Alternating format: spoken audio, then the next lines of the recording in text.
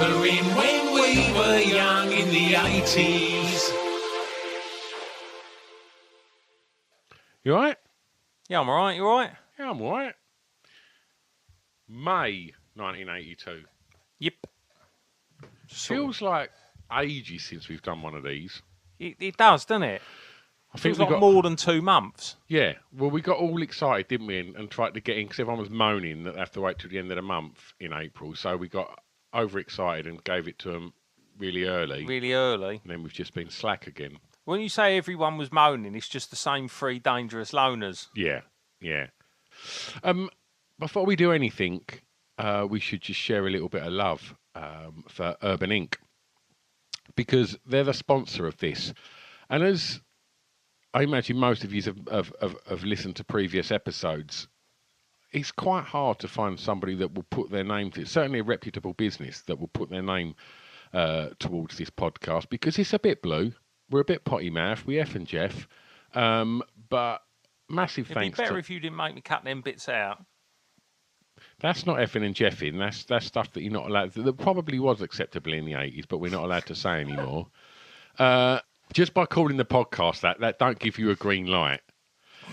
Anyway, yeah, so big thanks to Urban Ink. Urban Ink are a tattoo business. They have studios in Romford, Brentwood and Southend, and they've been a long-time sponsor of this podcast, so huge love to them. And what they do is they give you a discount code. So if you wish to book a tattoo, go check them out on Instagram. Their artists are absolutely incredible. And then if you're interested in getting a tattoo, get in touch with them, ring them up, drop them a message, and when you do... What's their website? It is Urban Ink... Oh. Just Google it, you pricks. Yeah, Google it, you pricks. Urban Ink Southend, Urban Ink Romford, or Urban Ink Brentwood. It'll just pop up. And yeah, so... They're on Instagram. We'll tag them in this on our socials when this goes out. And yeah, you can save yourself a load of money because they've given us a discount code. So phone them up, email them, and just use the word chemo and save yourself some money. Urban Ink, proud sponsors of Acceptably in the 80s. You thought about that on the walk round here, didn't you? No, I didn't actually. That was top of my head. A lot of growing up you have. Right. Should we start with music? I've got it in order here. That I don't know why. My document ain't changed. I mean, more than anything, before we do anything, I feel that we should address the fact that the world is a lot lighter on pubes on this episode. Ginger pubes. We lost Dennis Waterman. Yeah. I guess... Ginger pubes, and everyone starts thinking about Clive Sinclair. Wanking his little butter mushroom. But he's long dead, isn't he? Yeah. I mean, obviously, condolences to the Sinclair family. Yeah, of course. But, yeah, I mean, he's up there. He's top 5 blokes of all time, isn't he? Well, do you know what? I did a little tribute to him. Right. On Facebook. Go on. You know, role model, obviously, yeah. You know, to us people that aspire to be blokes. Yeah. And someone put in the comments, he hit his missus. Did you know this? What, Rulilenska? Yeah. I'm sorry to fucking ruin it for everyone right at the start of the podcast, but fucking hell, it makes some bleak reading. Well, let's talk about Terry McCann. Terry McCann had a brown leather and gave, I don't even want to say dished out a right-hander because he went home and gave a backhander to Lenska. I mean, it's like Shilton, isn't it? He'd had a bad day on set. Like, they'd probably just not nicked enough slags. He's a bit narked, and he goes home. Dinner ain't fucking ready, or she's put too many carrots on, probably, knowing Lenska. And then... crack back at the but there's no excuse for it. No, not even in the 80s. No. It's haunted. 70s. No, still no. Well, I was gonna, ask us to do a rendition of "I Could Be So Good for You," but it's marred, isn't it? Let's just move on. Tainted. Still got Pat Roach. He never hit anyone, did he? No, he's fucking slags that fucking design. I mean, not, female slags. Dirty slags, you mean? Yeah, dirty slags. Yeah. Yeah, Wrong uns. If you went round his car yard, Yeah. tried to mug him off, Yeah. he'd get a carburettor, wouldn't he, by the fucking leads and crack you around the fucking side of the head with it. You go Fair in play to him. fucking Roach's scrapyard and you got a load of fucking copper cable and you think, oh, fucking hell, yeah. But in between it, you fucking weighed it down with a load of fucking gravel and like, he'll root around in there and he'll find it and you're in fucking trouble then. Well, and also he finds out you've had it out of fucking Jimmy Nail's garage. Exactly. Someone's in bother then. So I'm sorry to fucking ruin the Minder trip. It was that like fucking 15 minutes at the start of the show that we've just Well, lost? it's just, I thought it'd be quite, you know. It I mean, one of the things that we should say is I'm really sceptical about saying people's names on here because the amount of, it's been brought to our attention on social media a lot that generally when we mention someone, they die. So I don't want to say Piers Morgan. I don't know if you want to say Piers Morgan. Do you want to say Piers Morgan? Because I think it's, you know, I'm just thinking of people that are in popular culture like Piers Morgan that, you know, I don't want to taint Piers Morgan. Piers Morgan. Fucking die, you cunt! It don't work like that, though. I've been saying Boris Johnson every 30 seconds for the last 2 years. It just don't fucking work like that. That's a very good point. Who should we kill off this month? I don't know. Oh, fucking hell, the curse, though, it worked on David fucking Van Day, didn't it? Did it? Yeah, he's not dead. No, he lost his seat on the Aveley Council. Oh, he did, didn't he? Yeah, he runs for election in our neck of the woods, doesn't he? Back on the burger vans. He'll pop up later. Will he? Oh. Right. What do you want to start with? Well, we usually start with films. Okay. Should we start with films? Yep. What you got? Rocky 3. Yep. You went boxing, didn't you? You're such a cunt. Well, you did, didn't you? Yeah.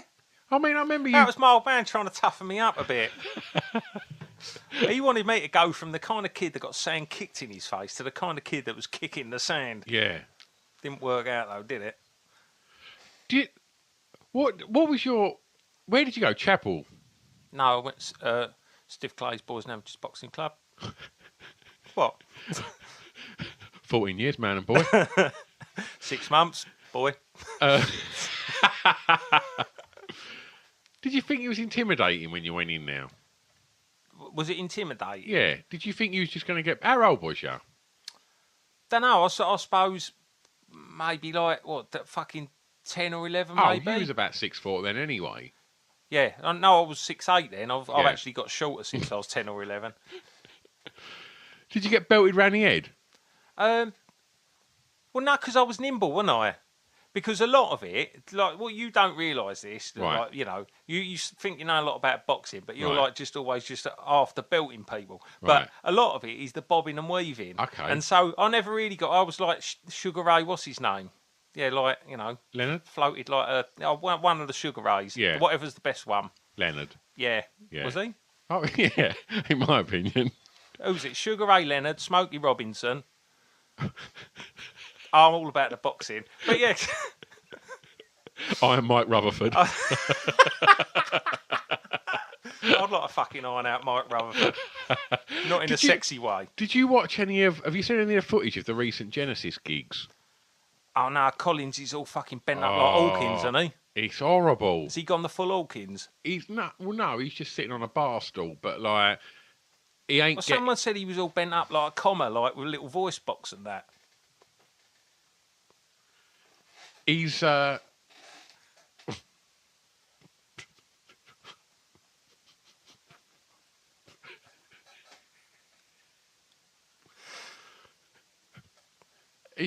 He was just on a bar stool, but he didn't look like he was going to do a Westlife at the Crescendo tonight, and stand up. No. Like he looked in proper bother, and there was like a lot of backing singers. He weren't quite belting it out as he did. But again, I want to get on to Collins a little bit. No, I mean fair fucking play to him for going out and doing it, even if he's all like, you know, he's not quite match fit. Yeah. You know, just get out and give people one last hurrah. Yeah. He's going to die now, isn't he, Collins? He's going to die next week. You're going to get the blame for bringing him up. Can you remember the first time you got hit round the head?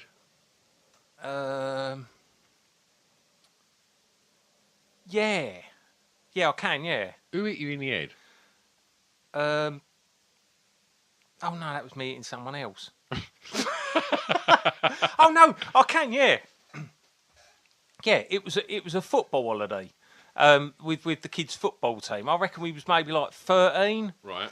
And we was staying. It was Holland and Belgium, and we went out there and played like 3 games. And like at half time, instead of oranges, they gave you like a cup of tea with no milk or sugar in. It was really fucking. I think it's a bit weird for kids. Yeah, that's rubbish. But we were staying in a hotel with another football team of a similar age, and so of course you just fucking end up just fighting with them. Rivals. And it was fucking. It was Jamie Gradley, who was in your year at school, wasn't he? He ended up in a fight with this kid. This kid had kind of mouthed off at him, and so had gone to hit Gradley, and Gradley had just gone like bosh and hit him, and he was showing me what he did, and he just belted me round the face. And I was so fucking shocked. You know, you do that thing, you touch your lip to see if there's any blood there, and I just smacked him one. And he said, "What'd you do that for?" I went, "Because you just fucking hit me." Oh, dear. Dear, oh, dear. When did you first get it? You must have got it loads. John Marsh hit me in the face on my first year at senior school. You must have got it before. I knew you for 3 years before then, and you were a right cunt. How did you not get it by... I don't think I did. You had one of them faces as well, like... No, I never. Like, irritating until you get it, and then the fucking eyes well up and that, and you're like, oh... What'd you do that for? Go from cunt to teddy bear in 30 seconds. Go on. Go on, what happened to you then? Cunt to teddy bear. That's the new softer milk. I just remember, like, there was a load of people, like, kind of taking the piss out of this lad called John. He's a fucking... I've seen him, like, loads since. He's such a fucking nice bloke. And he's since explained to me the situation that, you know, his parents split up and they didn't have any money, so he couldn't afford, like, the kind of designer clothes or the casual clothes that we was wearing in the early 80s. Not that I mean, we weren't. No, we weren't. I should stress that. Like Tara's and Pierre Cardin shoes. And yeah, but he didn't really ever. He had just, you know, your bog standard school trousers and he just got the piss took out of him. But I was so pathetic that I couldn't. I knew it was wrong what they were doing, but I was just like. I was like just kind of complicit. You were Richard Hammond. Yeah, I was just like, yeah. Like, and then I just remember he just turned around and punched me right in the mouth. And I'd never been punched in the face before. And I remember just like walking off, just going, oh no. Like, did you say, what did you do that for? No, but I remember, like, do you know what? I actually said, what did you do that for about 4 years ago when I see him at a burger van. Like, but yeah, I 100% deserved it. Like, I was just being a fucking cunt. How long did it take you to realise you deserved it? I think the minute he smashed me in the face. Like a proper epiphany. But like, I weren't like taking the piss out of him, but I was just kind of laughing along. Yeah. Because I just didn't. You were one of the concentration camp cars. You weren't like Hitler or Himmler. No, but I weren't putting my head above the fucking trenches, like, and going, "Oh, leave him out." You were just patrolling the perimeter, yeah, picking off anyone that tried to escape. Yeah, but I got picked off, and it really hurt. I love Rocky 3. It's good Rocky 3, isn't it? Was that the first time you see Mr. T? Yeah, 100%. Yeah, he's oiled up in that. He looks fucking brilliant in that. Because he weren't Mr. T then, was he? He was Clubber Lang. He was Clubber Lang, yeah. He was Muhammad Ali's bodyguard.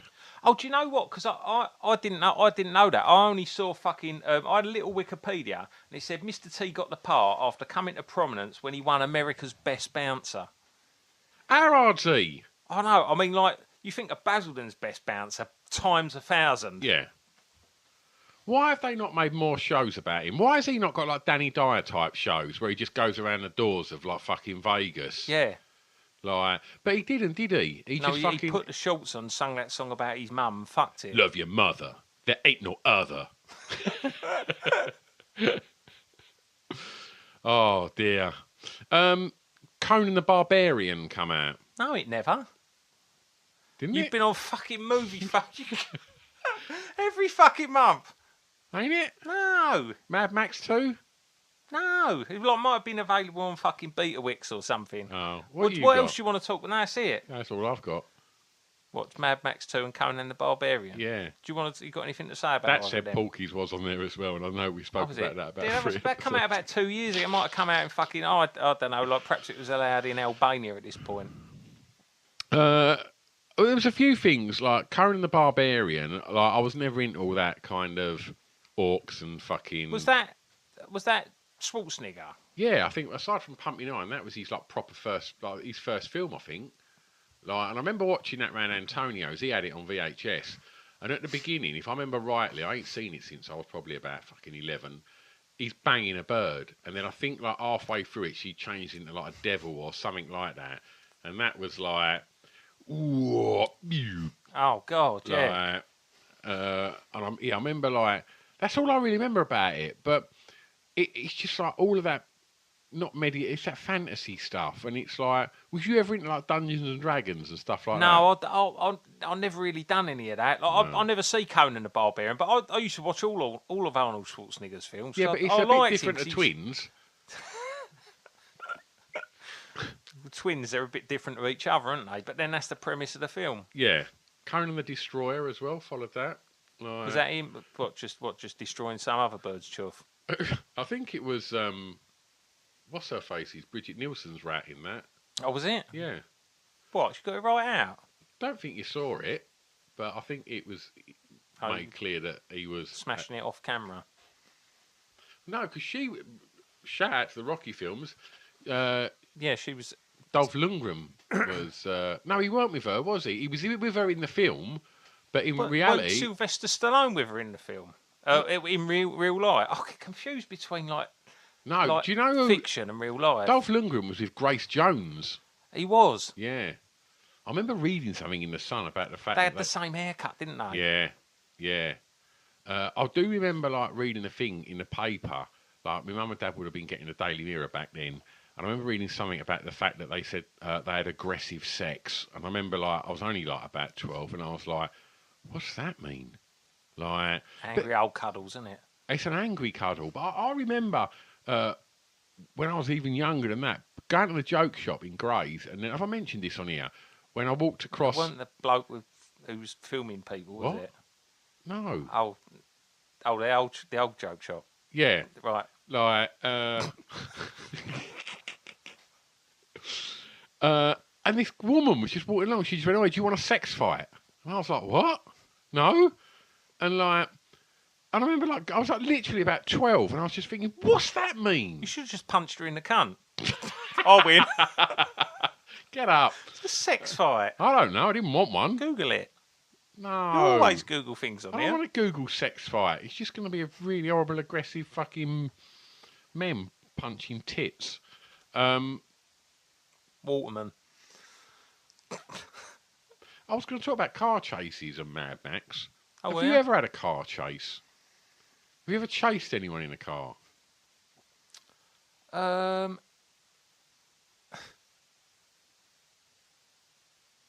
I don't know. I don't know. I mean, like, oh yeah. Do you know what? I was on the way to Five Aside. This was about, I don't know. It was before the pandemic. I don't know, like maybe like 4 or 5 years ago. I was on the way to Five I Aside. was old enough to know better. Oh, definitely, yeah. Yeah. I was on the way to Five Aside, and they had a 40-mile-an-hour restriction coming onto the A13. Yep. Because there's been fucking roadworks on there forever. Yeah. And so I come down onto the A13 off the Allsick roundabout, and the traffic was moving really slowly.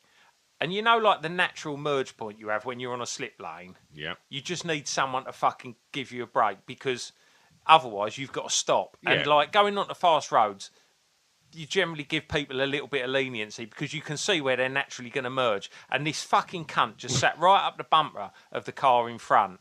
And so I've had to stop, and then the car behind has had to stop to let me out. And so I've got out onto the road, and then I've got out onto the outside lane, and I've got up beside this cunt, and I fucking wound down my passenger window, and he wouldn't look. And so I was drinking a can of Monster at the time, and I just threw it. I threw it out my passenger window, out his window, and it hit his car. But it all just went all over the inside of my car. And it's sticky fucking stuff, like really proved a point there as I was cleaning it the next day. Oh, brilliant! Well, have you had a car chase? No, the only time I ever You don't get road rage though. You drive at about fucking 25 miles an hour. I'm sure I have people behind me with road rage. Oh, definitely. Big fucking queue of them. But you drive like you're in a C5.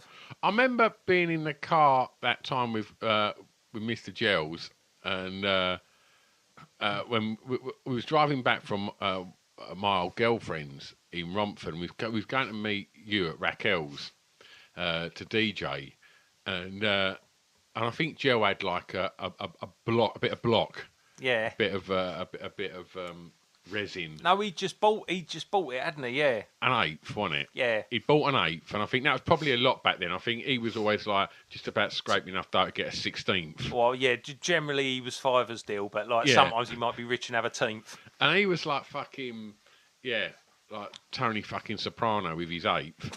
And Eighth of block. and I just remember he was driving back from Romford to Basildon. And I was obviously nervous and nervous, but I had the car with the Cat in the Hat painted on the bonnet. Yeah, and so like it stood out like a fucking idiot. And the old Bill pulled up behind me as we was pulled in behind me, and I was like, "Oh shit!" And I was they didn't pull you over or anything, did they? They were just driving behind you. They were driving behind me, and I was like, "Gel, I'll Bill," and then they put the blues on, and I was like, "Eat it!" And like, you made him eat it, and they went past you, didn't they? And he just fucking swallowed this lump, this ape, and then they went, "Boo!" and just overtook me and fucked off, and I was like, "Oh no!" And he was like, "Oh no!" And I was like, "Sorry." And then I remember like when we got to Raquel's. Can you remember this when he got there? He went mental for about 15 minutes, then fell asleep under the DJ decks, I remember we didn't he? put on the 7-inch of paperback writer. Was he riding a moped then, round and round in circles? He was but getting smaller and smaller circles until he just fell on the floor and like was literally just whizzing round and round. And then I think he just wore his little fucking self out, and then he just snuggled up by our feet in the DJ booth, and then I think the eighth kicked in. And all I remember is his girlfriend at the time come up and just went, "What have you done?" And I was like, it was sort of my fault. Shit myself and made him eat an eighth. And I just remember she went, "I'm going to the shop. Do you want anything?" And I was like, "Yeah." She went, "No, not you." And I was like, "Oh." And like, I just remember Jill. He just looked like a fucking. No, you see him like baby mice, like all fucking. He just looked fucked. He couldn't open his eyes, and I just remember him just like giving her like a quid and just going, "Soft mints." Get me soft mints. And I remember her just like coming back and like she bought him out fucking 3 packs of soft mints. And like literally we was DJing in a fucking big noisy nightclub, and he was just laying there all night, just every now and again popping a little soft mint in. Fucking hell. But yeah. All right. Let's move on. What do we want to move on to? Music. Yeah. Okay. What you got? I didn't really find that much inspiring, really. Yazoo was in the top 10, wasn't it? Only You. Yeah. Like that. I love that a lot. It's good, that, isn't it? Have you ever had a song like for you and like an old bird from like the 90s? No. Did you ever have a song? Nah. Nah? No. Oh no. No. Oh no. No. Really? No. Nah. Fucking no. I wouldn't have I think I'm too much of a loner to have a song with someone. I'm glad you said that and not bloke. Like, I thought, where's he going with this? But just like I don't know. It's a big commitment to have a song with someone, isn't it? Well, I'm not suggesting you're fucking serenader. Have you? No, but like having a song, like every time you hear the song, that's your song. It's a big pressure. It's an additional pressure in life that just don't have a song. Have you got a song then? You got a song with a miss? Yes, you have. No, I ain't. I definitely ain't I'm got... the one who wants to be with you. Deep inside my heart, Yeah. you feel it too. More than words. That's the best one, isn't it? No, I fucking don't want to close my eyes. Don't want to that's fall horrible. asleep. I hate that. That's our song. That ain't our Cause I song. miss you, Roy, and I don't want to miss a thing. Even when I dream of you. You clearly have then. No, I ain't. You've never had a song with anyone. I remember like You're when... cunting me off not having a song. You've had a song with someone. Well, do you know what? When the only time... Wanna Dies. I've got the word "wannadies" written after that. Yeah. Like, But that's a, you know. But that weren't me. That was her. I remember, like, when we split up, like, I was just DJing, and obviously that was a fucking massive song at the time. And I remember it playing, and I remember seeing her running out the club in tears. And I thought, oh, brilliant, she's had another fucking rethink. She's going to come back and tell me she didn't want to split up with me. But no, she just went home. I just wrote a fucking album of songs about her. You shouldn't have tried a finger blaster in an alcove. It seemed like the right thing at the time. Just looking from a Acceptable in the window above, 90s. it was like a story of love. Because that nowadays, obviously, it got used in the office, didn't it? Yeah. In a Christmas I office. can't hear about thinking that now. Yeah. It's good, though, isn't it? Yeah. Have you ever had a workplace romance? I got up with a few people that worked at the Brush. Oh, it don't count in a nightclub, though, does it? No. No, I've never had an office... Have I had an office romance? No, I've never worked in an office. Only like... No, I haven't. Have you?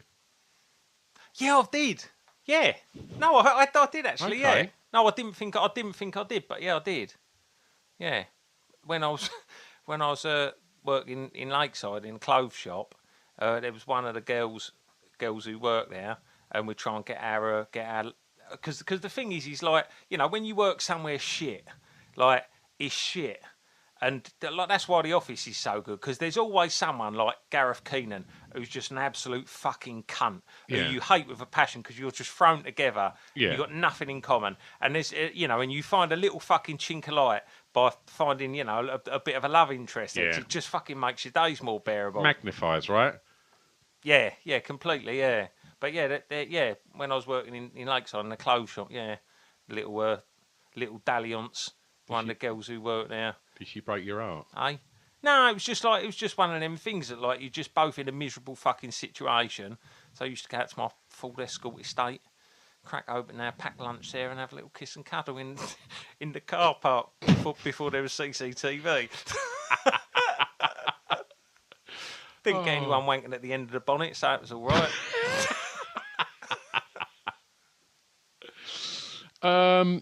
PhD was in the charts. That's Jim Diamond, isn't it? Jim Diamond. Is he dead? I should have known. I went on a Jim Diamond fucking YouTube fucking mission today. He did. He died about 5 years ago. But there was a little version of him at the Half Moon in Putney playing this on the acoustic. His voice was fucking amazing. Oh, really? Yeah. He was little, wasn't he? I want to ask about this. This is where I want to go. For those that aren't aware of Jim Diamond, he done that "Should Have Known Better," and he also done "I Won't Let You." That's the same song, isn't it? No, they're two different ones, aren't they? PhD was "I Won't Let You Down" was in the charts, wasn't it? Yeah. Yeah. And Jim Diamond was "I Should Have Known Better." Yeah, Wasn't it? same bloke though. Yeah, and he did the theme tune to Boone, didn't he? Oh, Silver At the Lone Ranger, riding on down, to rescue me. Oh, bit of Boone. I was made up for not being able to do the Minder theme Yeah. tune, Harriet Lenska. Absolute. Should we let that go now? Yeah. No, not until Lenska says we can. All right. Jim Diamond, like, to the casual fan, a bit of a poor man's Collins, right? Oh, do you reckon? Was short, balding. Yeah. You know. See, I would have put him more like if I was going to pair him up in a boxing match, I'd like to see him and Sayer. Oh, good shout. Good shout. Was he more, would you say he was more of a bloke than Collins, Jim Diamond? Was Collins a bloke? I think we were led to believe that he was Yeah. for a while. You see Collins as like fucking Buster, or you see Collins like mucking about in the Easy Lover or You Can't Hurry Love video. He just looked like one of your dad's mates, didn't he? From Yeah, like, I did think at the time, like, you know, he could be down the pub with me old man, but like now, just realised he was just a wannabe, wasn't he? Like he'd be buying them all drinks and that, and they'd all just be cunting him off behind his back. I think he got that sense of a bit of a geezer, because if you're in a band with Rutherford and Banks, you're gonna be, ain't you? You are, aren't you? Like you got fucking Peter Gabriel fucking swanning around in fucking all sorts of fucking weird fucking Sticking clobber. trips down his jap, so I'm fucking talking about being a goose with antlers. Then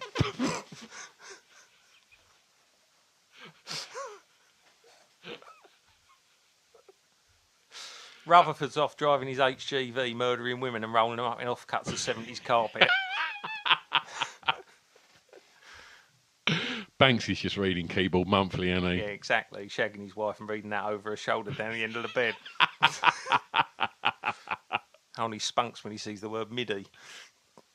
So you're right, Collins did. He had every reason to believe he was a bloke, didn't he? Yeah. Okay. Funboy 3 were in the charts. The Funboy 3 were relentlessly fucking in the charts at this point, weren't they? They did the thing with Bananarama. Where was that? Number 12. They had Were they on Really Saying Something and It Ain't What You Do? Yeah, because I think it was one of them reciprocal arrangements where they did It Ain't What You Do, it's the way that you do it with Bananarama, and then Bananarama did Really Saying Something with a Funboy 3. You know, the fucking record companies do a deal, don't they? Right. Like fucking McCartney and Jackson, like. Yeah. And so that, I think this was the reciprocal arrangement where it's good Really Saying Something, though. I don't think Funboy 3 were fun. No, he's a miserable cunt, isn't he, Terry? Terry's got a face on again. It's like... Well, he weren't that miserable in the specials, though, was he? I think he was. I never Neville and Linville jollied him along. No, they didn't, because they were in the Funboy 3. Yeah, but Neville and Linville were like always up for a fucking crack, and like they don't look like they're. They look like they're trying to be miserable, so Terry don't tell them off. Sometimes. I imagine it's definitely that. If like they're out at a disco and they're fucking having a time of their lives, and fucking Terry's there just fucking nursing a warm pint, wishing he was at home. Like I don't think he'd just be like, I'm going to jump in the cab, boys, and shoot. I think he'd go out of his way. We're going home. Yeah, we're going home. Well, we've only been here an hour. I don't care. Get we're going coats, home, lads. Yeah. Yeah. Like he ain't a laugh, Terry, is he? I mean, like maybe it's just he just pretends to be a miserable cunt. His face really looks miserable, though. It does look pretty convincing. Yeah. He's good, isn't he? Yeah.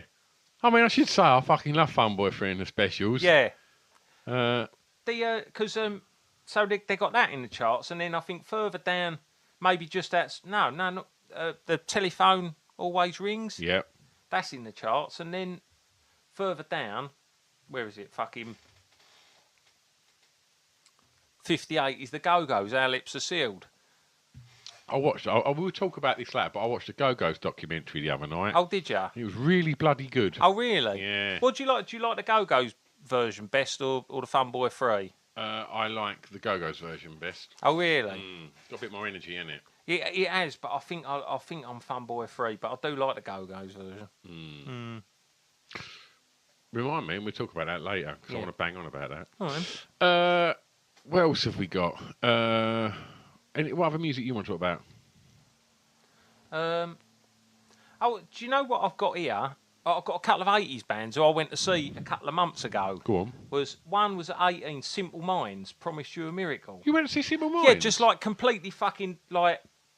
They was playing at the Brighton Centre. I got one fucking ticket left, on its own. So I just thought, I'm going to fucking do it. How was it? I was never that asked about Simple Minds. Do you know, it's fucking brilliant. They've got so many proper fucking songs.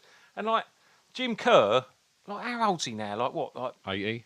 Oh, he's got to be, isn't he? Yeah. 85? Yeah. He's sprightly. I mean, like, he was like Captain Tom round that stage, honestly. Like, every corner of the stage, he...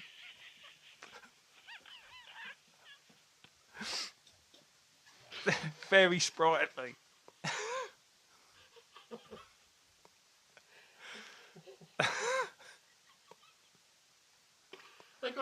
good songs. They have. And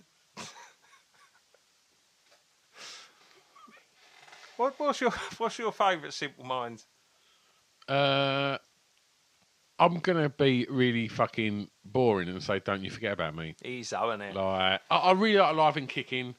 I don't mind Promise You a Miracle. Yeah. I'll tell you what. I've been getting into Someone Somewhere in Summertime. He's much better than I thought it was. Right. Yeah. Who else did you see? I see them, and then I see Blondie a couple of weeks ago. How was that?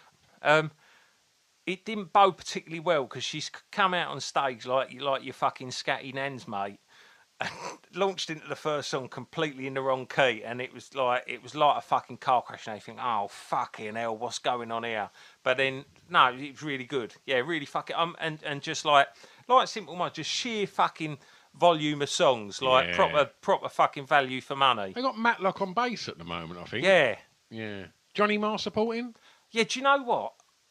He was fucking brilliant. Was he? And like, I don't know, like, I didn't really have that much enthusiasm about seeing Johnny Marr because, like, you know, I'd already done a few Smith songs and that, like, and you're a bit like, do you really want to see Johnny Marr singing the Smith songs? Yeah. But yeah, you do. Like, it was fucking brilliant. It was really, brilliant. really good. Like, and done getting away with it. And, excellent. yeah.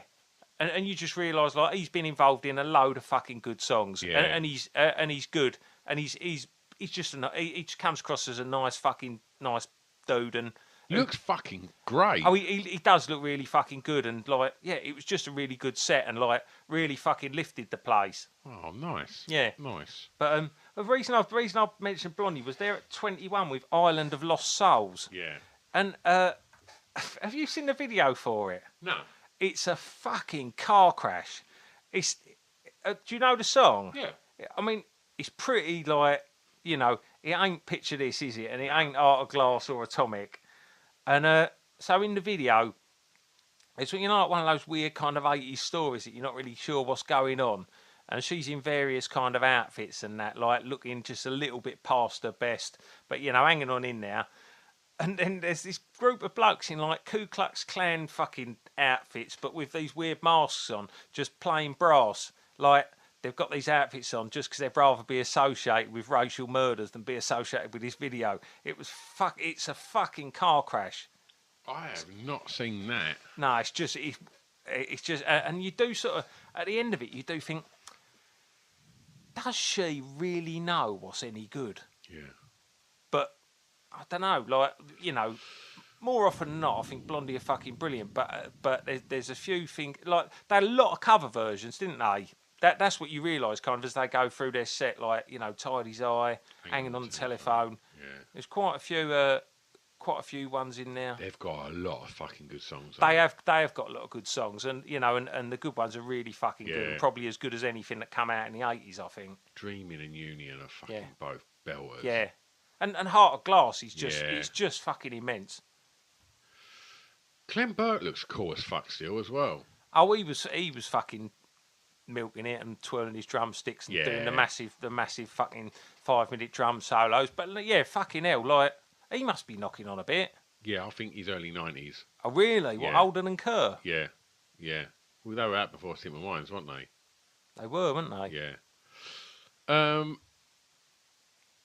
Football. Tottenham.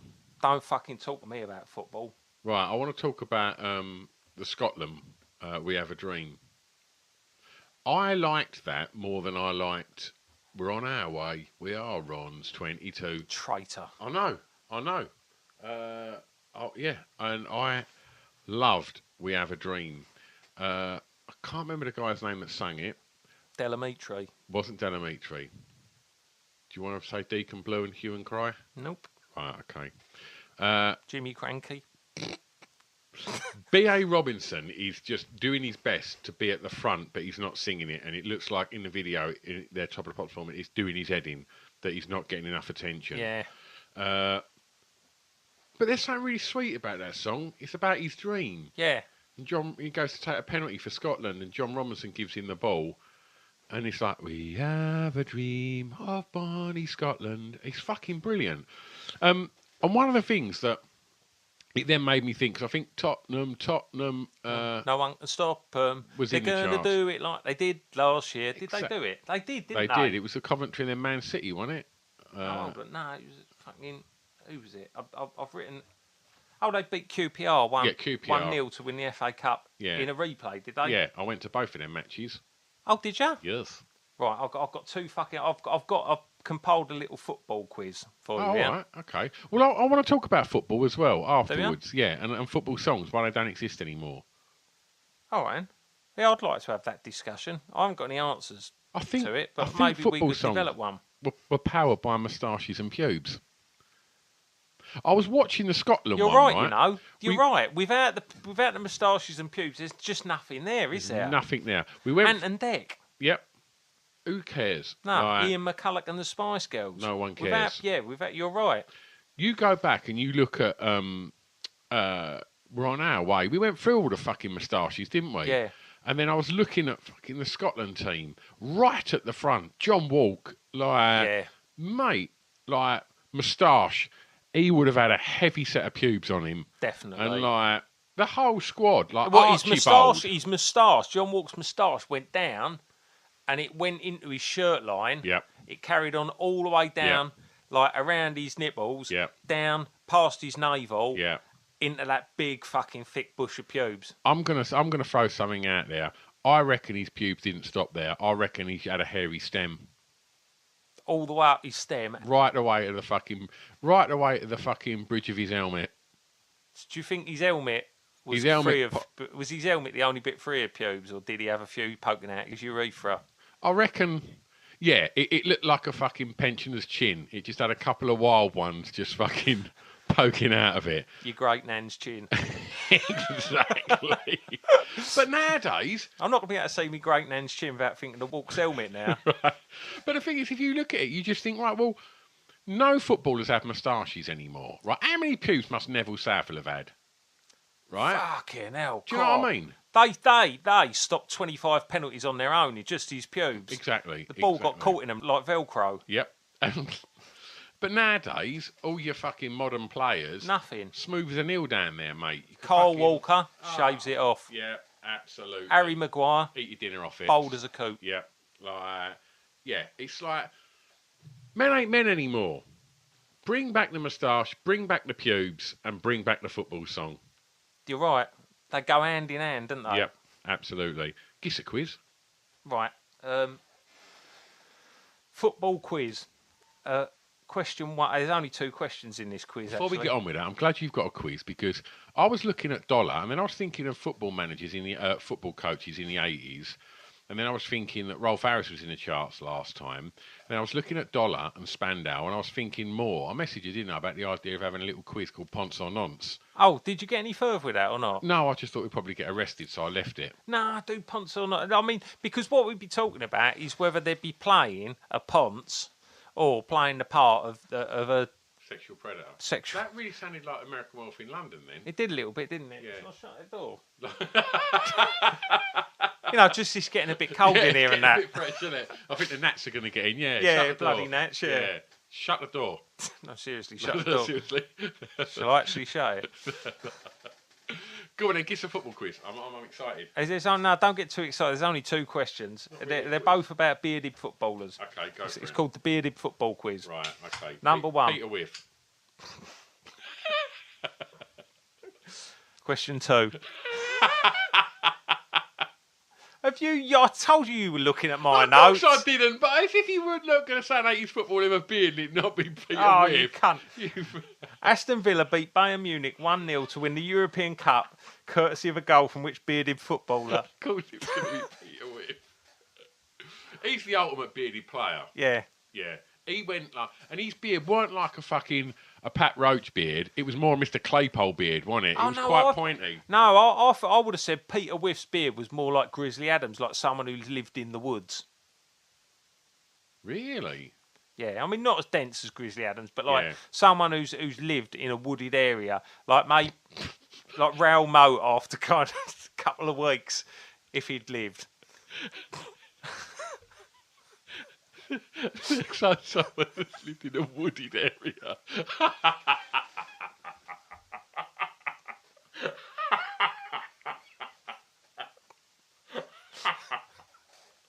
Oh, fucking hell. Question 2. Right, question 2. Spurs beat QPR 1-0 to win the FA Cup. Which bearded footballer decided to sit it out because of the war and all that? Ricky Villa. Yep, you're right. 2 out of 2. Yeah. Yeah, Solid beard, Ricky Villa. yeah. Archie Bold, Scottish player, was on that fucking team singing. Big old ginger pubes, big old ginger beard. Ironically, Archie Bold, but he wasn't, was he? Like, anywhere Did on his not face or around his cock. He did not do what he said on the tin. No, Archie Hairy, if anything. Do you reckon? I mean, the irony, I don't know if he lost his hair after he retired from football. Maybe, like, that's why he was Archie Bald. Yeah, Yeah, back then he weren't. no, Like, he had a lot of fucking pubes. anything but bold.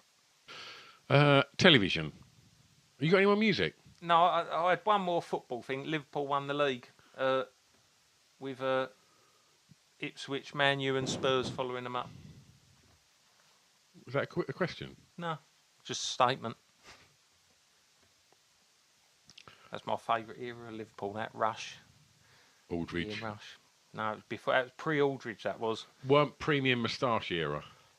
No, Tashies was just starting. I mean, you were getting a hangover of the 70s Tashies with the likes of McDermott. Yeah. And then maybe Jimmy Case. Yeah. Alan Kennedy. Yeah. And then the start of the 80s Tashies with Rush, which was Rush's was more of a Mickey Pearce, wasn't it? Yeah. Like Yeah. getting rid of them big Tashies of the 70s, seeing out the 70s Tashies. No, it didn't go over the fucking. It didn't go below the lip. It just went above the lip. Yeah. And there was a cut-off point. Yeah. And then that was the Aldridge. And did Barnes have a tash? Barnes. No, I don't. Barnes didn't have a tash, did he? Don't know. Probably Like not. maybe for Movember or something in the 90s. All right, television. So I looked on BBC, and there was a program on BBC Two. Can we just? I haven't quite finished with the music. Oh, go on. Right, do you know? I found this out off Bruno Brooks the other day on Now 80s. No, you're Why gonna. you started being his mate. Do you know what? Because like I'm the kind of person like you hold grudges and that go on for years, and I'm the kind of person that's forgiving. Like that was a long time ago that Bruno Brooks cut our microphones off at Hollywood's in Romford, so I figured just fucking forgive and forget. Like he spent years fudding away, didn't he? At Anthea Turner's family, didn't have any feeling in it, so he served his penance. After that pyrotechnic when I up a fuck flap, she didn't have any feeling in a clip box. And like so, Bruno, he's had an hard life, and he since that time. So I figured just fucking forgive and forget. So I'm watching now 80s, Right. And just got it on. I'm doing a bit of admin, and the UK's biggest selling singles artist of the 80s. Right. Who do you reckon? Shaky. Oh, you knew it, you prick. You knew it already, didn't you, cunt? No, I did know that. Yeah. Yeah. Right. That's mental. That's mental. How can that be? I demand a fucking recount. What, like George Michael, Elton John? Duran. Yeah, fucking hell. Yeah. No. Oh, artist. No, I think it said UK's biggest selling singles artist of the 80s. God, that's tragic, isn't it? Well, it's mental, isn't it? Would that happen anywhere else apart from England? Did he write his songs? No, they were all fucking covers, weren't they? They were all covers, weren't they? Maybe This Old House and Green Door, or Lipstick, Powder and Paint. Yeah. Don't know. He must have nicked a few bob, cannot though. hear the word lipstick in a song without thinking of a dog's cock. I just can't. I can't. When I think of a lipstick now, I just fucking think of John Walk's fucking airy cock with a little pink helmet, just fucking sticking his little face out. That'd be a good fucking craft beer. Walks lipstick. What do you want? I'll have a San Miguel. Yeah, and you? Do you want to have a Wolf's lipstick? 2/3 of a pint of Walks lipstick. Couldn't do a whole pint. Nah, 6.5. you'd have to put a top in it.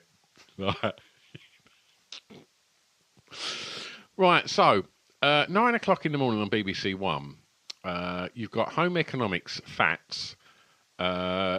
It's all like, this was on like a Thursday on a Friday, so it was all like educational stuff, which I don't remember. Yeah, but if you're fucking skiving off school, that's your fucking punishment. Is there's just weren't shit it? educational TV. Can you grab us a beer, please? Yeah, Stu? but then at 9, I mean the specifics, at 9:52, merry-go-round. Why 9:52? I don't know. Sex education beginning. Whoa, this is racist stuff. I mean, Tell me more. I'd love to have seen what that entailed. Did you have sex education at school? No, I don't think we did. Did your parents ever like go, right, listen? No, I think my mum tried to. No, I think my mum tried to, but I think I just went like that, and just like disappeared in and shut the door. Well, she probably then realised that you weren't mature enough to have that discussion. Yeah, it was probably just complete waste of time. Anyway, I didn't see a fanny for about another 8 years. Fuck off, Mum. I've got to go work. I was thinking about sex education, and like I don't recall it ever happening at school. My parents certainly didn't ever like have any kind of conversation with me. But once, like, but I would have been about 19 then. But I was just thinking, like around the ages of 14, like my sex education was just like stuff that I'd heard. Like around, like thrown around the playground and no, in it's class. stuff you heard at school. I remember this kid coming into school like when I think we were like 11. Like it was definitely fucking first or second year, and going went to a party at the weekend, licked someone out, and someone going to him, "What did it taste like?" And he went, like looks a bit puzzled, then went, "Piss."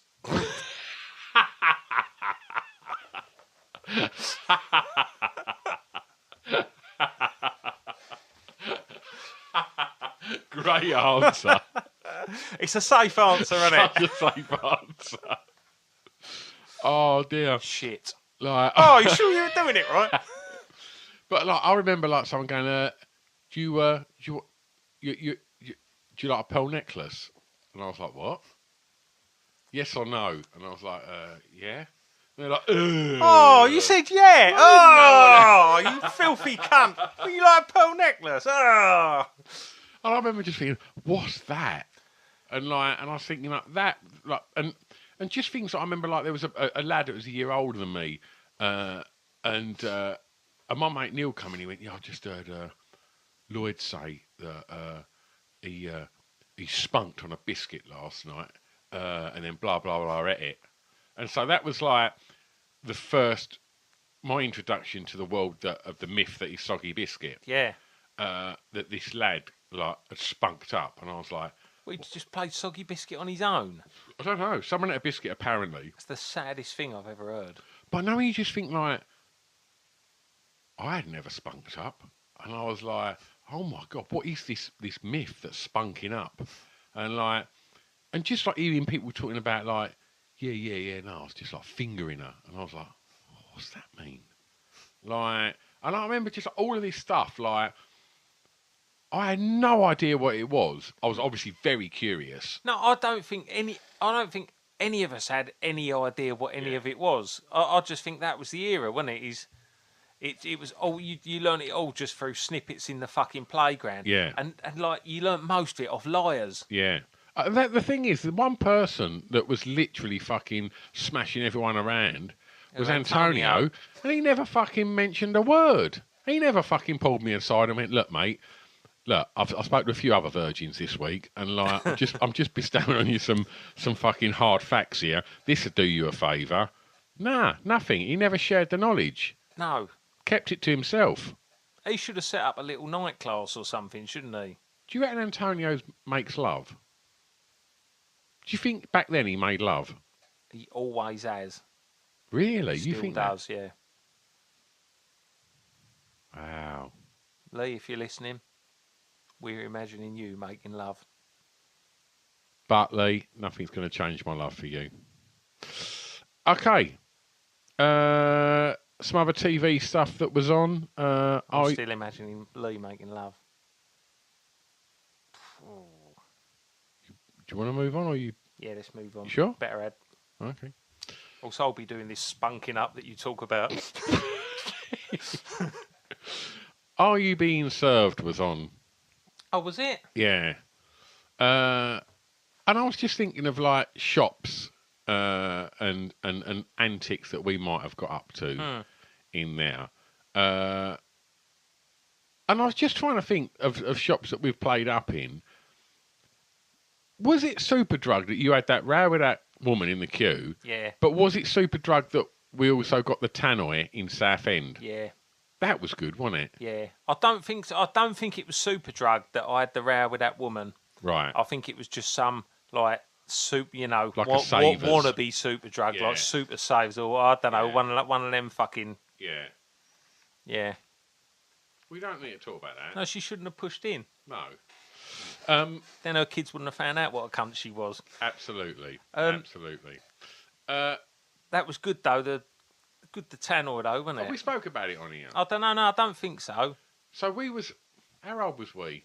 Old enough to know better. 22. Driving. It was. We must have been 20. Yeah, it would have been around like it would have been somewhere between late teens and about 29. But we would drive like quite regular, wouldn't we, of a Saturday? Yeah, to Southend. We'd drive to Southend. You'd make us have a Burger King. Yeah. And then. Do you know why? Because you can get it your way. Correct. So you got your way. Was you veggie then? Because I was veggie then. And you weren't veggie. Yes, I was. You was veggie for about fucking 4 minutes. I was a veggie for 8 years. No, you weren't. Oh, the aggression. No. Yes, I was. You weren't a veggie for 8 years. From what fucking age to what age? From what would it be? You weren't a veggie before I was a veggie. You fucking ripped me off. I know I didn't. You saw that I looked sensitive and was attracting ladies and thought, oh, yeah, I hate killing animals too. And all the while cramming secret burgers in your fucking chops. That's the kind of veggie you were. One that got a few fucking smelly fingers on false pretenses. Yeah. Like, I bet you better let me finger you now. I'm going on a march tomorrow. It's death for no reason. But we would have been about, I reckon, 19 or 20. Yeah. And for some reason, I don't know if we'd just gone to get a little fucking pre-packed sandwich or something out of it. It was like, I remember it being like 2 floors. It was a big old Superdrug. Yeah. And they left the mic unattended, didn't they? That you could make the announcements. The one that's got the big button in front of it, isn't it? Yeah. You just press it and you can say stuff. Quickly before anyone gets to you. What did you say? I've gone hard on!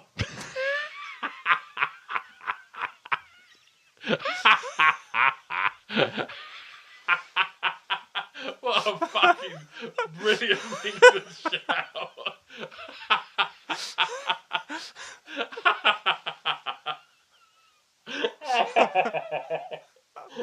Can you remember? I just remember looking and there was a woman standing there with a basket and she turned her back to us, but I could see her shoulders going up and down when she was cracking up.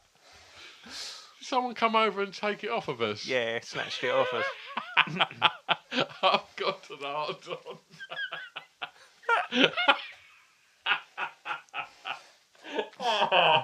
I've not thought about that for fucking ages.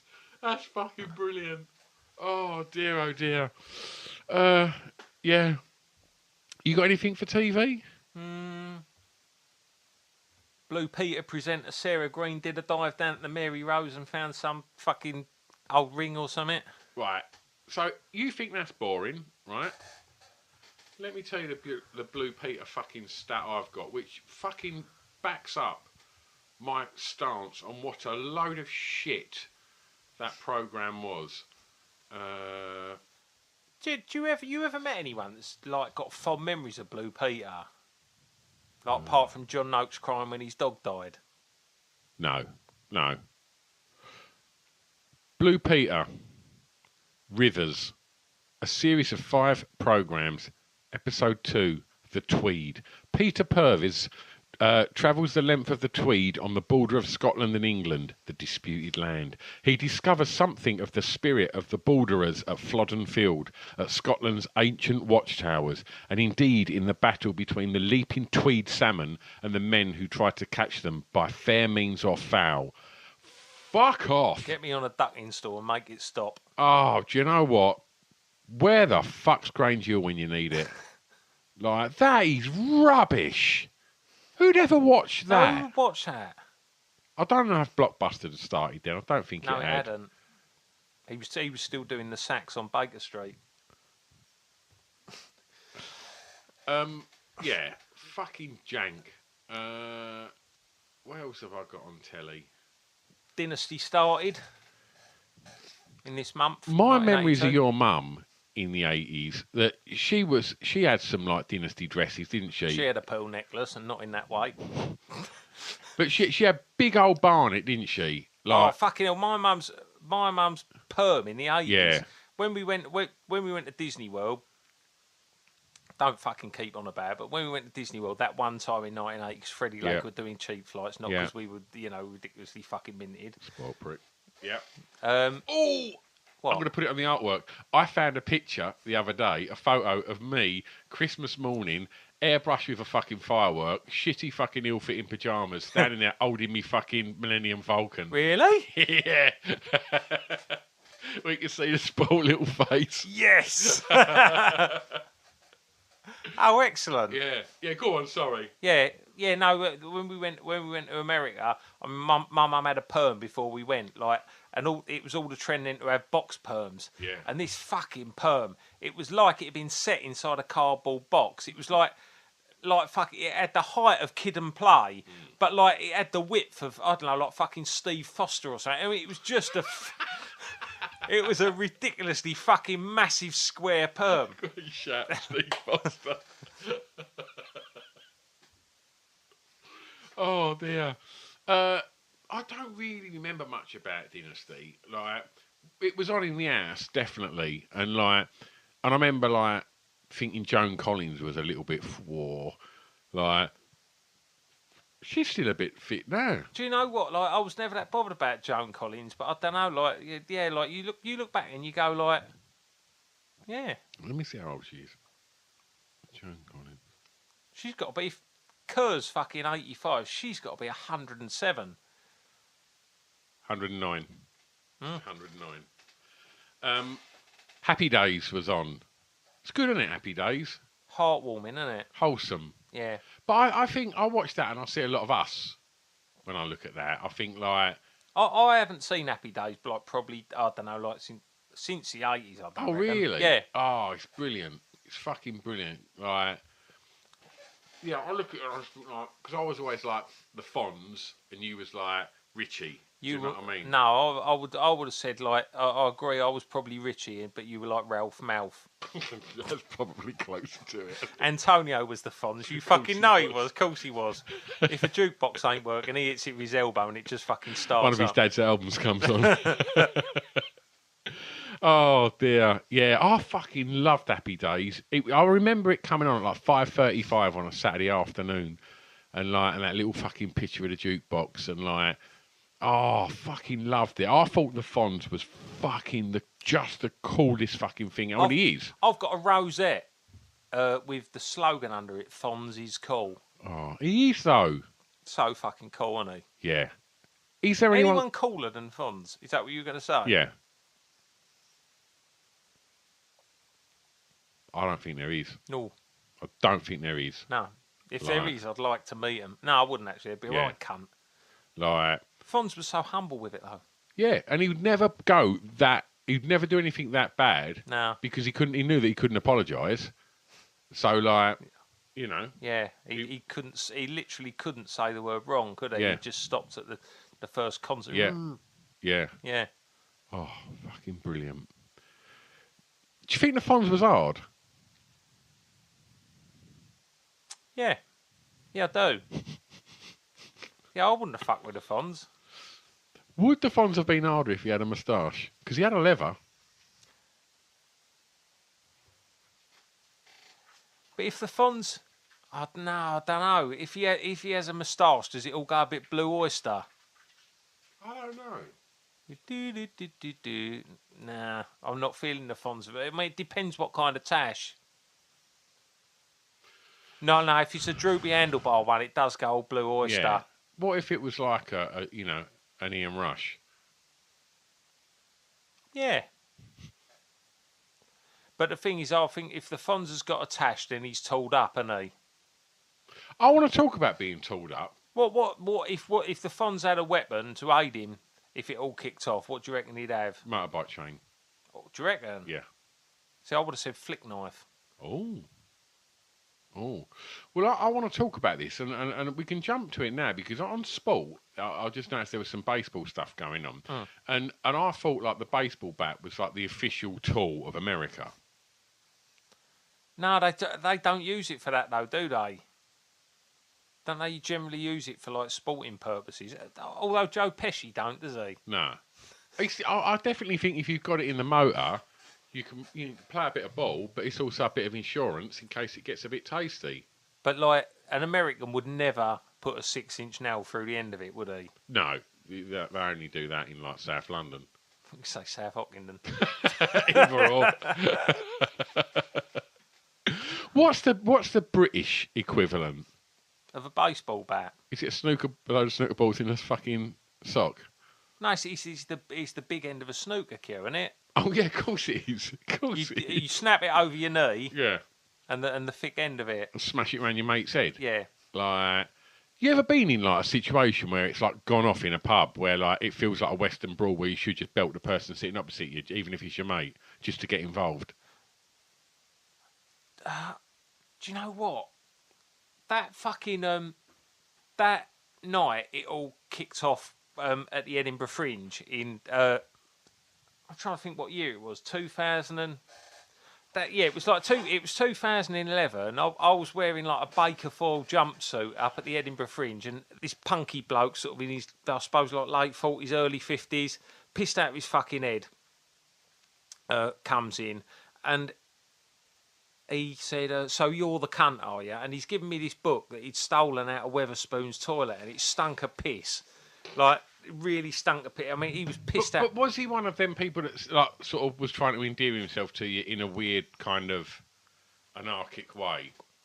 I don't know. Like, looking back, I think it might have been a bit of a cry for help. I got about 3 songs in, and I've mentioned Thatcher, like just mentioned Thatcher in passing, not in, obviously not in a complimentary way. And he just stood up and went, "I hate Thatcher," and everyone laughed. And he took that as his cue, and he made his way like along his row, kind of everyone moving their legs, and then come to the front. And this was like only like a small kind of underground venue, maybe held like 100 and something people, so it was like quite packed in. And he's gone, "Give us the mic." And I just went, "Mate, I ain't giving you the mic. Give us the mic." And I think he thought that he was going to do a big rant about Thatcher, and then like everyone would carry him out like Bobby Moore when he won the World Cup and like buy him drinks all night. What happened? I went, "I ain't giving you the mic. Give us the fucking mic." And I went, "Mate, I'm not giving you the mic." And he went, "I've got 3 words for you: Tory scum." So did you just let it go? No, I've just like burst out laughing like that, and then he took umbrage at that, and he's just took a fucking swing at me, and so I've just gone like crack, and I've hit him, and like bear in mind I'm up on stage in a Baker foil fucking jumpsuit, like sweating me fucking nuts off. Did he have a moustache? No, he didn't. No. And he's just gone back like this onto the front row, and in the front row, and this never fucking happens at my gigs, but there was like 4 attractive young Edinburgh student girls in the front row with their glasses of wine, and he's just like smashed into them, and like their glasses just gone all over the place. People are just like, it felt like one of them things where everyone was going to get up and like just the beginning of a police academy riot. It was just like someone had tossed an apple over their shoulder, and like he got back up. And has come back up and like took another swing at me. So I've hit him again. And he's at this point he's kind of like gone back and he's kind of got up, and I see these girls fucking mopping themselves down and stuff. So a glass of wine's gone over one of them, and he's gone, "Where's me glasses?" And like I'd knocked his glasses off when I hit him, And so I've just gone, fuck off outside, and I'll find your glasses for you. And he's gobbed at me, like gobbed in my face. So I've given him another crack, and then fucking Dean, who was there with me, Dean. Yeah. Like he's quite skinny, isn't he, Dean? Like he had a lot of problems with his digestive system. They had to have operations, so he's not really able to put much weight on. But there ain't much of him, is there, Dean? He'll love the fact that you've just fucking shouted that. But like Dean was always very very, very protective of us and very keen to help out were anything to kick off. So Dean's made his way to the front and I've gone, Dean, get him out of here. And he's just turned around and gobbed at Dean. So Dean's gone like crack and hit him. And Dean's sort of dragging him out. And I'm just kind of trying to keep, because obviously like it's just gone like a fucking Western brawl in there. And there's people like with drink all over them and chairs everywhere and stuff. And these girls could sort of getting themselves up. So Dean's took him outside, and I found out afterwards that Dean got him outside, and there's a bloke got up and helped Dean take this bloke out, and the punk blokes turned around and then gobbed at this bloke that's just helping Dean get him out of the venue, and so the bloke's gone cracking at him. And then the manager's seen the kerfuffle that's going on the CCTV. He's come down the stairs, and then this bloke spat at the manager as well. So the manager's gone cracking at him, and then they've just dragged him out the doors and like just slung him out the fire doors. Fucking hell. And meanwhile, you're like, shave it up now. Do you know what? Like it's just like got the red mist and this weird fucking thing going on, and then you've got to just try and restore some kind of order to it.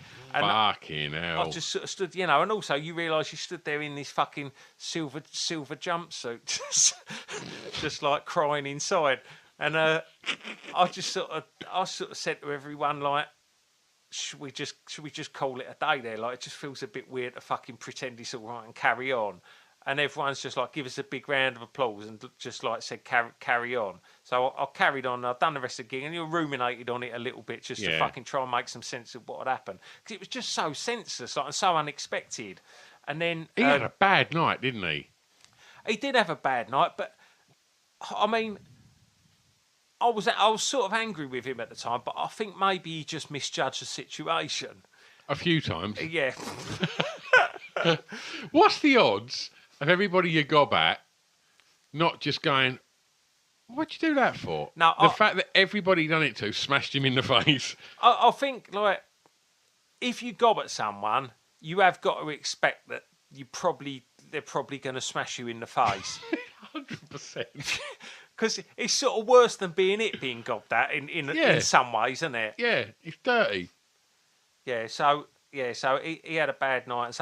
But it turned out like it was a really good gig in the end because it was a fucking Tuesday night in the middle of the Fringe, which like are normally like quite quiet and fucking uneventful. Every clad. And then at the end of the night, like people are kind of piling out, and that was like because it was for the Free Festival. You'd stand there with a bucket at the door, and people had just put cash in, fucking busking basically. And, I bet you had a fucking pathetic little face on, didn't you? Like you just been fucking. Oh, definitely. I pulled me Ben Hardwick face and just fucking cleared up. Should we talk about the news? Yeah, right. I've got nothing really. The Pope come to England. Yeah, the Pope come to England, didn't he? I don't know who the Pope is. I remember he was then. He was a bloke from Spitting Image. Yeah, he's that's the actual fucking Pope. That one that come to England. Yeah, he's the actual Pope. He's the one on the T-shirt. So I like the Pope. The Pope smokes dope. Yeah, that's the only ever Pope, isn't it? He's the proper Pope. He's the Pope. Yeah, all these other cunts. He's Pope Daddy. Like we should do just Pope Diddy now, isn't it? Ponce or nonce at some point. Pontiff or nonce. Pontiff and nonce. That's all I got on news. He was the best Pope, wasn't he, John Paul II? I don't know why I thought he was a good Pope. No, because he was the only... But he was Pope for about, like, fucking 20 years or something. He was the Pope a long time. He was the proper Pope. Like, all these other Popes, I just can't keep up with all the Popes now. No, it's... yeah. He was like the Bill Shankly of Popes. Yeah, but he looked a bit like... If you would have put a sheepskin on him, he looked like he could have fucking managed a football team in the 80s. He used to be a goalkeeper. No, seriously. Did he? Yeah. Massive hands. Big hands. And poor kids. But he... But I reckon he liked to. I reckon he had a little fag on. I bet, like. Do you reckon? Yeah, like. Do you reckon he had a market stall? He Oh, looked you can imagine if he had a sheepskin, he had a market stall, he didn't did not look a million miles from Big Ron from EastEnders. Like. Well, it's funny when he visited England, he visited the set of Coronation Street, and he's in the back of an episode running a market stall. Doesn't surprise me, and I bet he had a pint. Like. I believe he did. He blessed the Rovers. Newton, Ridley, and Domine Sanctu. Like. But he did, like, do you know what? Like, I always thought that, like, back in the 80s, you'd see the Pope on, like, This Is Your Life, or like Superstars, or something like that. Yeah. Imagine seeing fucking the Pope on the Krypton Factor. It would have been fucking brilliant, wouldn't it? Definitely. Because he just looked like he just looked like a bit of a laugh, didn't he? Yeah. He looked like one of your old man's mates. Yeah. Like, you know, receding kind of, you know, greyish hair. Like, you know, stick a white fucking sheet on him, and all of a sudden he's got a fucking spiritual vibe to him. Yeah. You stick a brown leather on him and put a light and bitter in his hand, and he's going to fucking take your face off in a pub car park. Like, but you don't see that side of him. I would have liked to have seen him in a lycra swimsuit, like throwing giant haystacks around. Oh, he had a little bit of that about him as well, Yeah. didn't he? Yeah, I get that. He's somewhere in between Big Daddy and his brother who done all the introducing. Little Daddy? Was he? Little Daddy, you Yeah. know, Big Daddy's little brother. Yeah. Is he dead, that Pope? Yeah, Yeah. he's a long time dead. Uh, He moved on a lot of nonsense in that time, though, so he had a very, very busy paperage, or whatever it is. yeah. Moved on a lot of nonsense. Got a lot of fucking covering up to do out there, haven't they? Oh, so much covering up. Yeah. Sport. Well, I've mentioned baseball. I want to touch on. It was the World Trampolining Championships. I mean, you've just sniggered. It's not a thing, is it? Trampolining. What do? You jump Muck up and down. about. You muck about. That's all you do. You muck about. It's essentially a bouncy castle. Yeah. Like, and all you do is just bounce up and down it. When So how do you win trampolining? Who can go the ice without Well, breaking their arm? the only thing I remember is you mentioned Jamie Gradley earlier, and I remember we had a teacher at our school. Oh, do you know, I won't name her. And she was one of them ones that like everybody sort of fancied. Yeah. And she was a PE teacher. Oh, she didn't smell the gym socks, did she? No. But I remember Barham telling us that it was around the time when we was like sort of 13, 14. It was the evolution of like the kind of the boxer short. You know, you'd all have novelty like Flintstone boxer shorts and things like that. Yeah, I had some Flintstones boxer shorts. Everyone did. It was fashionable. Pope was flogging them on his market stall. And oh, I want to see the Pope at Romford Market selling moon boots. That'd be so fucking good. But yeah, Barham recounts that Gradley had a pair of fucking boxers on, and this teacher would like sort of lean against the trampoline, and just like as Gradley was like bouncing, would like look up his shorts and like just check out his fucking. Yeah. Gradley had some pubes, didn't he? Gradley would have pubes. Yeah, Gradley was one of them people that was shaving at school. Not his bollocks. Right. No one was. No one was shaving their bollocks then. Fuck it. I mean, if I'd have had pubes on my bollocks, like in the first couple of years, there's no way I'd have shaved them, even if mate, I would have killed a man if he tried to shave my pubes off. Like, it was all I had. And I didn't get them till I was like early 20s. And it was like, 28 ain't your early 20s. When you'd see like fucking Osmond with a fucking like a full fucking like thatched roof of fucking pubes, like when he was like, Kiss a few. oh, do you know How's what? that It was gonna like- hurt? Yeah, like it's Just like Pritt stick them on. Yeah. Well, it weren't even Pritt stick then, was it? It was Gloy. it was like it was. He just had a proper fucking bed of fucking pubes and a piece, and it was like, You must have just been staring at his cock thinking, I wish it was me. do you know what? I reckon I would have looked a bit more than I should have. Just thinking. Thank Fuck God it. you didn't get caught looking. I know. I just would have been looking, just thinking. I'm years away from that. Years away from that. You got your pubes now, though. I have, yeah, but like, you know, it's nearly 50, mate. It's like, if I didn't, that'd be worrying. But yeah. The artist model when I did my A-level art, Dougie, he didn't have any pubes. Really? He was like this old pensioner, and we used to have to go in the art teacher's little fucking van and car to this art centre in Hornchurch, and we'd draw do life drawing, and we had two models. One was Dougie, who was like this 60-something-year-old man, and he had no pubes. Like my art class there was maybe like 15 people in it because it was like an A-level class, and there was only me and one other kid, and he just leant across to my page on our first day of life drawing and just wrote, "He's got no pubes" on my on my drawing. I just got a few questions there. A teacher would put you in his car and drive you to the house of a man that had no pubes, that had no clothes on, and you'd sit there and look at him. We weren't the old bloke's house. Like, we weren't down his coal cellar or anything. Right. Getting touched on the front bum. It was like, it was an art, like, you know, like an art centre in Hornchurch. Right.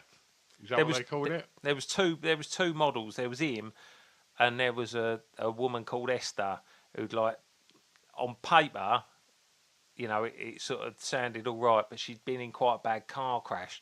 So she had this massive scar up her side, and she had an enormous bush.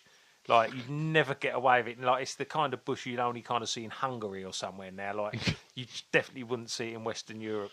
Right. Definitely not. Is the Hungarian still a big fan of a massive bush then? Well, I mean... I was in Budapest the other week. I see. I know nothing about what goes on in Hungary these days, but I'm just going from the 1982 Hispania 82 sticker book and the men's faces, just like, and from that, just imagining what the women's beavers must be like. Do you think there was enough beards back then that if you would have like got Quincy on it, they would have been plucking like bush pubes from it? Definitely, 100%. Yeah. Yeah. If you got a beard that dense and it meets a bush that dense, there'd be a bit of transfer, wouldn't there? Yeah, absolutely. Yeah, it's like when you try and push two magnets together. Well, that's suggesting the pubes would kind of like they wouldn't meet. It'd be like Velcro, wouldn't it? Yeah, definitely. Like, there was definitely there was a team of people that would have to come and cut people out. Right. Chopper squad just fucking dealing with that. What I want to know is we'll wrap it up on seeing as let's keep it topical. Top 5 hairiest bushies from the 80s. Top 5 hairiest bushies. You really put me on the spot here. Rusty Lee. Rusty Lee. Yeah, all right, fair play. Yep. Cleo Lane. Yep. I'm not going to go down they're not all going to be women of colour. I'll just tell you, for people are turning off in their fucking droves now. But Alison Moyet. No, what hairiest? You don't think so? I reckon waftiest.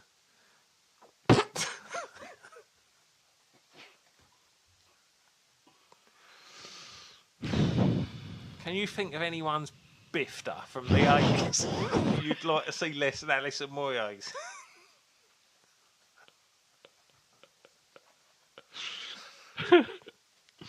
Hairy. Do you reckon she had an hairy one, Alison Moyet? Do you reckon Anita Dobson had an hairy beaver? Oh, God, mate, fucking hell, yeah. Yeah. I reckon May had to call the chopper squad a few times to get free. Caused all sorts of problems. What's the line in Heart to Heart when they were together? They were moida. That would have been a lovemaking between May and fucking Dobson. Oh, they get static. Yeah, get platted together, wouldn't they? Yeah, absolutely. Right, so we got Dobson, Lee, Moyet, Lee, and Lane. Yeah. Hairy bush from the 80s. Fatima Whitbread. Fucking hell. Definitely.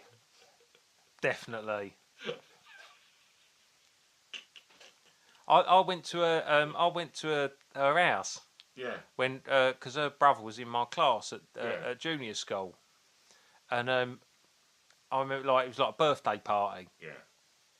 And I remember, like, you know, it was the standard fucking thing. Like, they weren't a kids' entertainer, but